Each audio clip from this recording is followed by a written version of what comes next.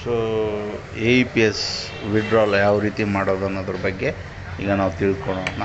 ಫಿನೋದಲ್ಲಿ AEPS ಅಂತ ಇದೆಯಲ್ಲ, ಅದನ್ನು ಕ್ಲಿಕ್ ಮಾಡಿ. ಸೊ ಅದು ಕ್ಲಿಕ್ ಮಾಡಿದ ಮೇಲೆ ನಿಮಗೊಂದು ಆಪ್ಷನ್ಸ್ ಬರುತ್ತೆ, cash withdrawal, mini statement, balance.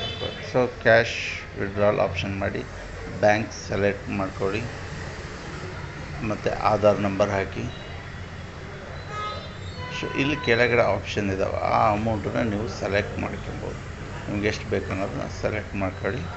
So next ಮತ್ತು ನೆಕ್ಸ್ಟು. ಸೊ ಬಯೋಮೆಟ್ರಿಕ್ ಇದೆ, ಐಸಿಂದಿದೆ. ಸೊ ಬಯೋಮೆಟ್ರಿಕ್ ಕ್ಲಿಕ್ ಮಾಡ್ಕೊಳ್ಳಿ. ಸೊ ತೊಗೊಳ್ಳಿ. ಓಕೆ, ನೆಕ್ಸ್ಟ್ ಬಟನ್ ಕ್ಲಿಕ್ ಮಾಡಿ.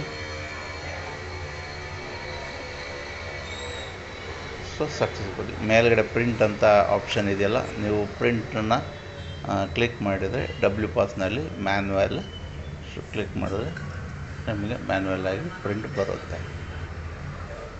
ಸೊ ಇಷ್ಟೇ.